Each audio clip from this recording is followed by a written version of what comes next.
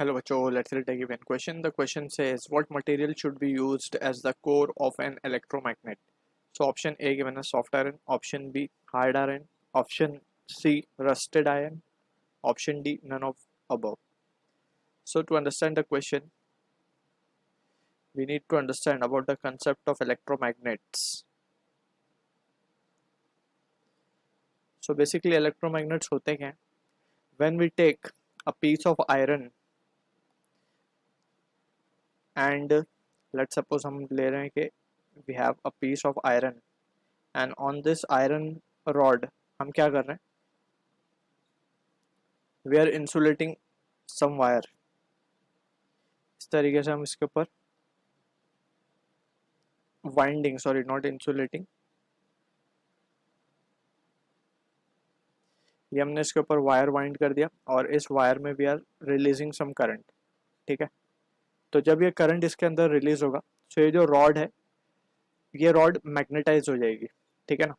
अब इसी को कोर कहते हैं हम. ठीक है, और ये जो स्ट्रक्चर हमने फॉर्म किया है, कोर मीन्स जो बेसिकली जिसमें हमने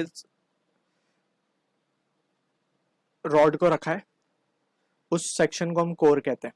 ठीक है, तो यहाँ पे हम ये जो स्ट्रक्चर हमने बनाया इसे हम कहते हैं overall electromagnet. So electromagnets are nothing but they are temporary magnets. Temporary magnets. जब तक इसमें करंट फ्लो होगा, जब तक ये रॉड जो हमने इंसर्ट की है वो मैग्नेट की तरह बिहेव करेगी. ठीक है, इसी को हम इलेक्ट्रोमैग्नेट्स कहते हैं. It has various applications. ठीक, और यही स्ट्रक्चर बेसिकली सोलेनॉइड भी कहलाता है. अब यहाँ पे हमसे पूछा गया कि ये मटेरियल कौन सा होना चाहिए, सॉफ्ट आयरन रॉड हो और हार्ड हो, रस्टेड हो. तो इसमें हमें एक चीज़ समझनी होगी कि हमें पता है कि जो करंट कैरिंग वायर्स हैं, करंट कैरिंग वायर अपने अराउंड में मैग्नेटिक फील्ड प्रोड्यूस करती है, राइट. अब वो मैग्नेटिक फील्ड का डायरेक्शन अगर हमें निकालना हो, so we will be using right hand thumb rule. अब उसके according we can say we need to curl the finger of right hand in the direction of current and thumb will give the direction of magnetic field. So in this situation magnetic field will be something like this, towards right side. Right, कुछ इस तरीके से magnetic field, इसमें uniform magnetic field will be created inside the electromagnet.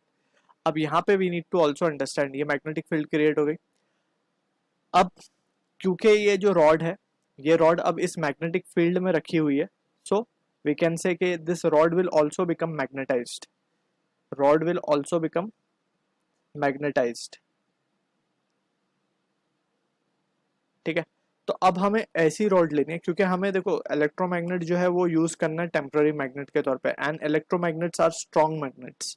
ठीक है, तो यहाँ पे स्ट्रॉन्ग कब बनेंगे? एक तो magnetic field due to this coils बन रही है. ठीक है, और साथ साथ ये सब्सटेंस, ये जो मटेरियल हमने डाला है ये भी मैग्नेटाइज हो रहा है, तो ये भी अपनी मैग्नेटिक फील्ड जो इसकी भी मैग्नेटिक फील्ड होगी, क्योंकि अब ये मैग्नेटाइज हो गया तो इसकी भी जो मैग्नेटिक फील्ड होगी वो एड ऑन हो जाएगी. राइट, और जो एड ऑन होगी तो it will definitely increase the strength of magnetic field. ठीक है, तो इससे क्या होगा, अब हमें मटेरियल के ऊपर ध्यान देना है कि अलग अलग मटेरियल अलग अलग लेवल पे मैग्नेटाइज होता है. ठीक है, तो जो ज़्यादा मैग्नेटाइज होने वाला मटेरियल है वो है soft iron compare to the other material जो कि हमें यहाँ पे गिवन है. सॉफ्ट आयरन बहुत ज़्यादा मैग्नेटाइज होता है. अब इसको अगर हम इन टर्म्स ऑफ थोड़ा हायर लेवल में बात करें, सो यहाँ पे एक टर्म डिफाइन किया जाता है रिलेटिव परमिटिविटी. परमिटिविटी का मतलब है कि कितनी फील्ड लाइंस अपने अंदर मटेरियल अलाउ करता है, उसे हम परमिटिविटी कहते हैं. That we will be going to study in higher classes. यहाँ पे जस्ट हमें परमिटिविटी का मतलब ये समझ में आना चाहिए कि कोई मटेरियल के अपने अंदर से मैग्नेटिक फील्ड को कितना अलाउ करता है. जैसे यहाँ पे हमने ये रॉड रखी है, इस रॉड में से कितनी मैग्नेटिक फील्ड ये अलाउ करेगा, that is known as the permittivity of material. अलग अलग मटेरियल की परमिटिविटी अलग अलग होती है. सॉफ्ट आयरन की permittivity compare to hard iron और रस्टेड आयरन इज मोर. ठीक है ना, तो इससे एक ज़्यादा अच्छा इलेक्ट्रोमैग्नेट क्रिएट हो सकता है. ठीक है, so from the situation we can say option A will be the answer for the question. I hope you understood the solution. All the best.